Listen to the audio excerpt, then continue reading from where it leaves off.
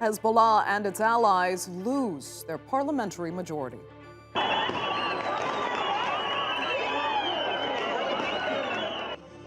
Reformist candidates make serious gains, but with no outright winner, can Lebanon's leaders work together to rescue a country in crisis?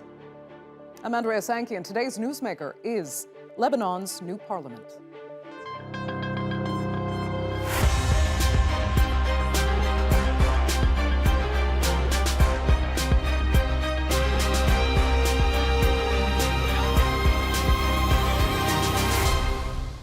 More than 700 candidates were vying for 128 seats in Lebanon's parliament. 4 years ago, the pro-Hezbollah bloc won 71. But today, that overall majority is gone. The Iran-backed party did retain its own seats, but its allies did not. Here's a breakdown of the results. Hezbollah and the Amal movement led by Nabi Berri won all 27 seats reserved for the Shia. President Michel Aoun's Free Patriotic movement won 18 seats. Other Hezbollah-allied parties and candidates won 17. Despite picking up 62 seats altogether, the Hezbollah-led bloc has lost its parliamentary majority. Anti-Hezbollah Sunnis, which include former Future Movement politicians, won 14 seats. The Lebanese Forces, the most prominent Christian party opposing Hezbollah, won 18. And with the Kataib party's 5, the anti-Hezbollah bloc had a total of 37 seats in the legislative body. Independent candidates running on a platform calling for reform managed to win 13 seats. And Drew's leader, Walid Jumblat's Progressive Socialist Party, walked away with 9. Well, somehow this polarized parliament will need to form a new government. A tough task at the best of times that's only made worse by the country's complicated political system. Modified in 1990 to end Lebanon's brutal civil war, the system is based on a sectarian power-sharing structure. 18 different religious groups are represented, some through government, others through the military and civil service.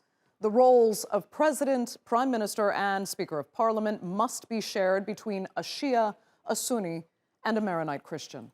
It's all meant to ensure equal representation, but for many, it's that system that's causing the country's problems by allowing the same entrenched political elites to make the same mistakes with little accountability. And that could be why so many reformist candidates did so well in Sunday's election.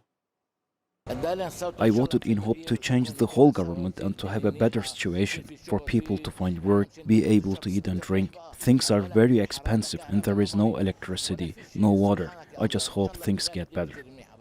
Well, this is the first election since massive protests erupted in 2019. Tens of thousands marched in cities across the country after the government announced controversial new tax measures to deal with the economic crisis. Here's more on Lebanon's financial meltdown. The World Bank has called it the worst economic meltdown in modern history. In just 2 years, the Lebanese pound has lost over 90% of its value, sending prices soaring in a country almost entirely dependent on imports and causing widespread shortages of almost everything, including fuel. The government can no longer afford to provide state power, leaving millions in the dark. In 2020, Lebanon's economy was already on the brink of total collapse. For many, it couldn't get any worse. Then this happened. A massive explosion decimated the Beirut port. It was the biggest non-nuclear explosion in history. 200 people were killed and much of the capital was destroyed, but no one was held accountable. The United Nations believes 80% of the population is living below the poverty line and has accused the government of letting its people down, a sentiment shared by many inside the country who blame the ruling elite for decades of chronic mismanagement and corruption. Last month, Lebanon reached a draft agreement with the IMF worth $3 billion. But the funds will only get approved if Beirut enacts a series of long-delayed reforms. So with Parliament now elected, will a new government take shape and will it be able to solve the country's many challenges? All three of my guests join us now from Beirut. Martine Najem is the Vice President of Management Affairs for President Michel Aoun's Free Patriotic movement. Sami Attallah is the founding director of the Policy Initiative, a Lebanese think tank. And Ziad Abichaker is a former parliamentary candidate for Watani, Thanks all so much for being with us. Let's go back 9 months or so to when some actually thought it wouldn't even be possible to hold an election because they thought the ruling elite would feel too threatened by the major reforms being called for that would seek to push them out of power. But now there's been an election, and yes, some of the old guard is still there, but we are seeing a lot of new faces and even an empowered opposition. So, Sami, I'll start with you. Are you feeling good now about the direction that Lebanon is heading in? Thank you. I feel better than expected, I must say, because like many of us, we thought that the ruling political parties will be re-elected and we'll go back to the same business as usual. So now with around 13 new members to parliament forming potentially and hopefully a new bloc, there's definitely some hope, and the hope, and in order not to exaggerate, our expectations here, but one thing that has been in place in Lebanon, and I would say probably for the last 30 years, is that our political institutions are not really working. Mm-hmm. Our parliament is not working. The government is often, polarized and so forth. So what we would like to see is a new group of parliamentarians who could actually inject new dynamism into this political institution and particularly into the parliament so it can legislate properly. And I'm talking about the decree draft laws to become laws that actually serve the people. Mm. And more importantly, or equally important, is for the parliament to play its role as an oversight agency over the government. And that has been missing. Both of these have been missing. And as a result of this, we have no major reforms, in fact, no reforms whatsoever. I would even argue not only they haven't reformed or taken any economic or socioeconomic, they have actually exacerbated the problem, and which led to the impoverishment of a large segment of the population. Right now, as you probably know, more than 85% of the Lebanese population is living under poverty line, thanks to the ruling political parties, including the parliament, the old parliament, for not taking the right action to actually help and solve people's ills and problems. So yes, we have more hope now that we have new group. There's a major challenge that's going to be facing the parliament and this new group, but we can talk about it in the discussion in a few minutes. Right. But yes, I hope it does provide more dynamism. At least you would say the glass is half full at this point. But I like your point about an agency for government oversight. That could really change the dynamics of government in Lebanon. But for right now, we have the challenge of seeing this parliament, as it's elected, forming a new government. And now we have the Lebanese forces saying it is the largest Christian party in parliament. And at the same time, the Free Patriotic movement, which is a Hezbollah ally, is saying they have retained their majority somehow. We're already seeing this kind of conflictual stance. So, Martine, how do you figure?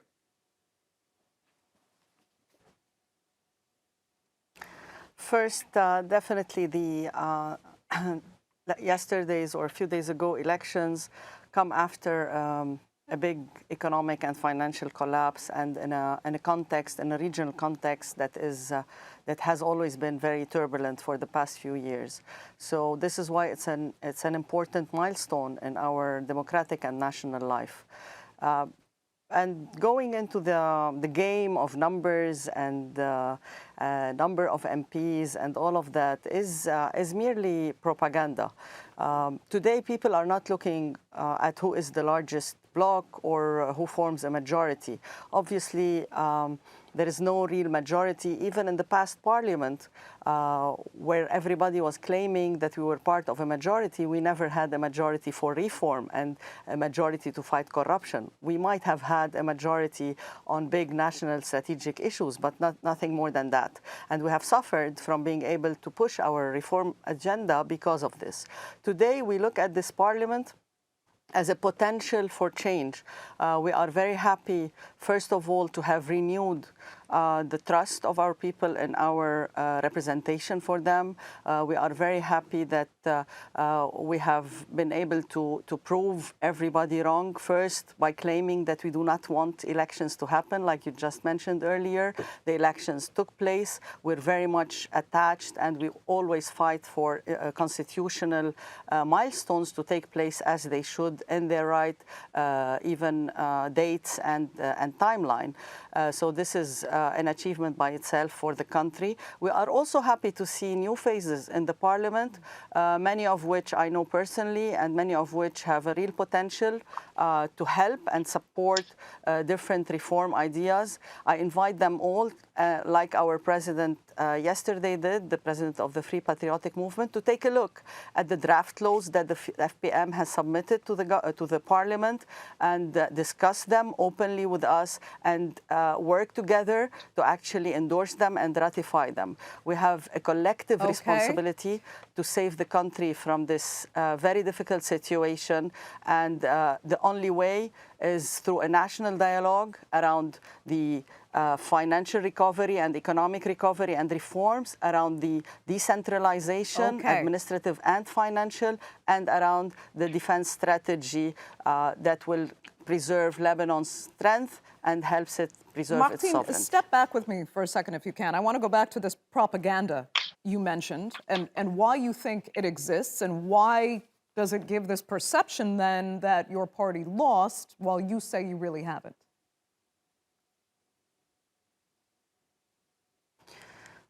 Actually, this is a natural step in what we have been going through for the past 2.5 years since 17 October. As much as we have identified and we have been aligned with the requests of the people and all the advocacy and lobbying efforts for change and for reform, we have been also the victims of a huge attack, both politically and in the media, through campaigns that has been funded internally and externally to kind of eliminate FPM from the political panorama in Lebanon. The reasons for that are many, and I don't want to dwell on them, but for sure one main reason was to have us reach the milestone of elections without energy and without credibility and without even believing in the possibility to win this election. And this is continuing now by different parties claiming that they have gained the majority. We have always said that the majority in Lebanon in the current political system is a myth, and it is really not constructive. Any minority can have a veto over anything, even building a power plant. So the political system in itself has failed.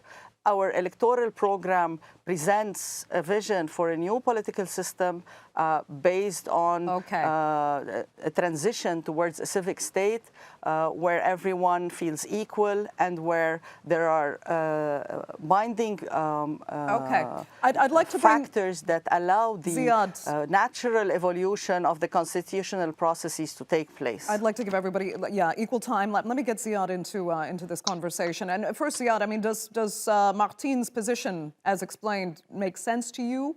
And do you now envision a new government, taking shape without conflict? Well, not really.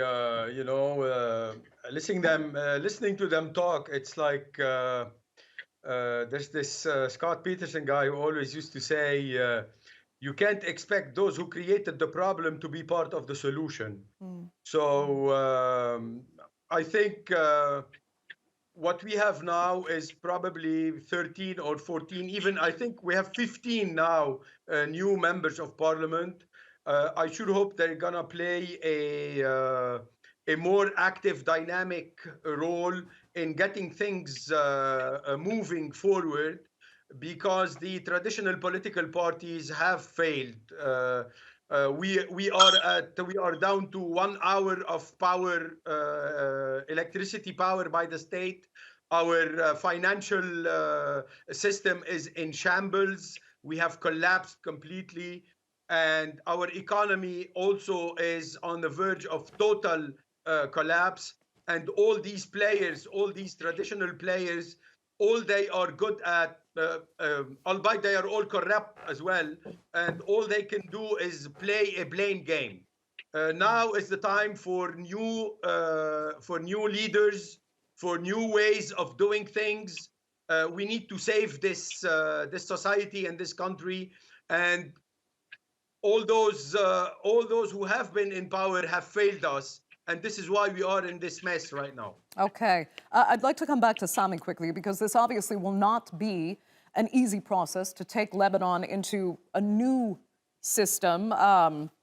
It seems that before, one kind of evil was traded for another. You had a civil war traded for the resolution of a civil war traded for kind of a political deadlock system that brought peace, but managed to entrench these political elites. So do you think this real change to this kind of revolution that was called for, especially in 2019, can it be done? And I mean, is your system of creating an agency for government oversight really part of the solution? Look, clearly, and I think we all agree that our political system is just not working. It's dysfunctional. And all the political actors that have been in power have not bothered to change it. In fact, they're all interested in entrenching their interest in the system and capturing the state.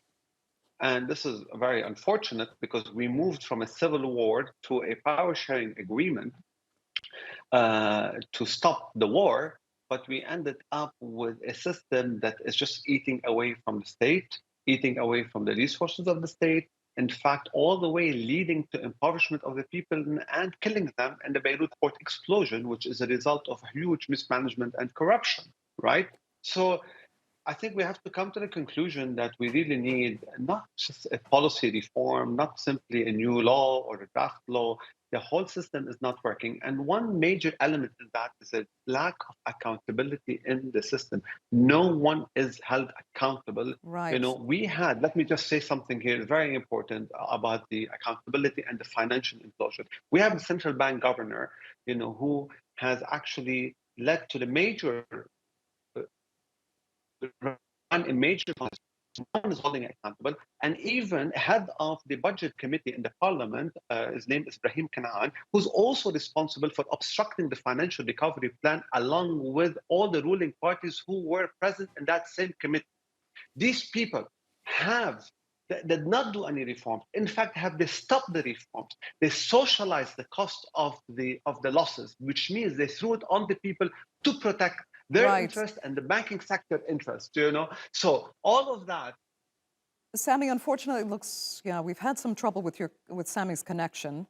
He was outlining the problems that we have been talking about now since 2019, basically, that still haven't gotten solved. There is renewed hope now that with these new faces in Parliament and the change dynamics, that it can perhaps be changed, but we have an added layer of complication. Sami, if you're back online, I can direct this to you, about the proxy powers that have long been involved in Lebanon and are still there, and how they might be vying for their own interests with this new government. We've lost Sami again. So let me direct this to Martine. What are your fears going forward about the powerful proxy powers that are at play in Lebanon, and how they might try to reshuffle with this new government, new parliament in power?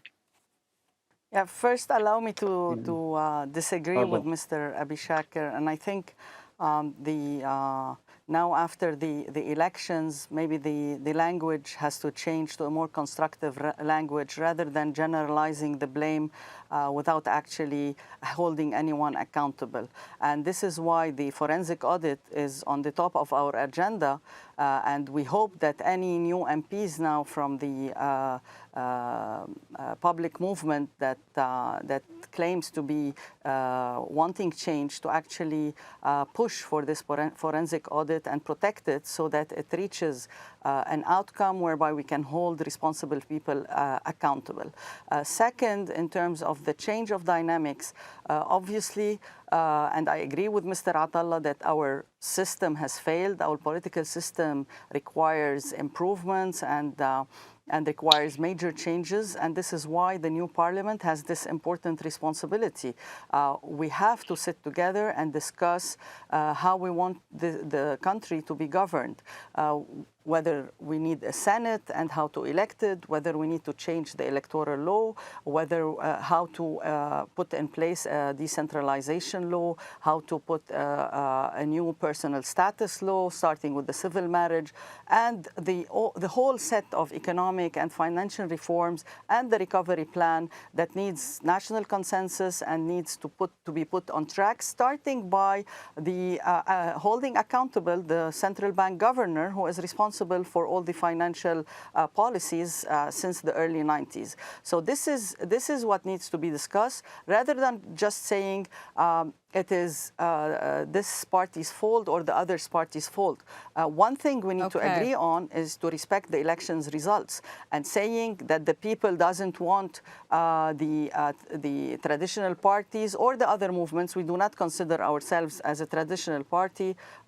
We haven't been in power for 100 years, and we're continuously growing and adapting and changing. The idea is that if there is goodwill and there is competency among new MPs and returning ones and the new faces that we also presented as FPM and maybe as others, we can work together on a joint agenda. We can work together on specific laws, on specific policies. I don't think Ziad would disagree with me if we want to work on a capital control law or on decentralization or on the tribunal for financial crimes, Martine, or on the we only have a few minutes left, bank, and I secrecy lifting law, all of these. Please, Ziad, do go ahead. We're down to our last few minutes, so I'll let you respond quickly, because I did see your eyebrows go up. Go ahead. Yeah. Listen, they all had ample time in power. They all had all the necessary tools in their hands. They had the president, they had the largest parliament bloc, they had all the key ministries and everything. I'm not just blaming the FPM. I'm just saying all over, we are being ruled by an inept and corrupt political class. And now this is the new dawn of a new era of the country. And the only way we can have accountability is for everybody now to agree that we need, the first law that need to pass is the law of the independent judiciary system. Once that is in place, even every minister who engages in corruption will be held accountable and will have to pay. You know very well who is holding this in their drawers. Yeah, I know, and your MPs are part of that committee as well. So and they should have done. We're not heading the committee, so it's not up to us to put it on the agenda of the committee. I should have played a bigger role in the media, stressing that the other parties are delaying the independence of the judiciary law. I think none of the political parties have the interest of seeing an independent judiciary system in Lebanon. Okay, Sami, we have 90 seconds left. I can give you your final words. Well, thank you so much. I think, Martine mentioned a lot of these laws that needs to be passed, and she mentioned that the central bank needs to be held accountable, and I totally agree. But I also think that her MP, Ibrahim Kanaan, who is the head of the budget committee in Parliament, should be equally held accountable for obstructing the financial recovery plan. He actually undermined it. He actually pushed all the cost of the haircut on the people. He is to blame on that. So let's not just deflect the blame on the central bank governor only. He is to blame, and absolutely. But so is the MP, and particularly Ibrahim Kanaan, and all the ones who actually were members of that committee. So if you want to talk reform, let's start right there. Let's start with that financial recovery plan to save the people of Lebanon, because they've suffered as a result of these horrible policies to protect the 1%. Let me remind you that we submitted the draft law for capital control in March 2020. at the very beginning of the crisis. And he undermined it several times, and he undermined the financial losses, and he hasn't opened his mouth since then. His job was only to protect the banking sector. Come on, Martine, let's just face it. You know, he's to blame among all the ruling this party is who not are true. represented We have a parliamentary bloc that has presented a vision for the economic and financial reform in March of 2021, a revised vision. We have submitted the needed laws for this vision to come through. We're going to have to wrap it there. I mean, it's fascinating to see how difficult it might be now to actually resolve these many issues and form a working government that can bring service delivery at the most basic level to the Lebanese people now going forward. Best of luck to Lebanon's new parliament, and thank our panelists so much for being with us on this edition of The Newsmakers. Our viewers, of course, for tuning in as well. Remember to subscribe to our YouTube channel. I'm Andrea Sankey. We'll see you next time.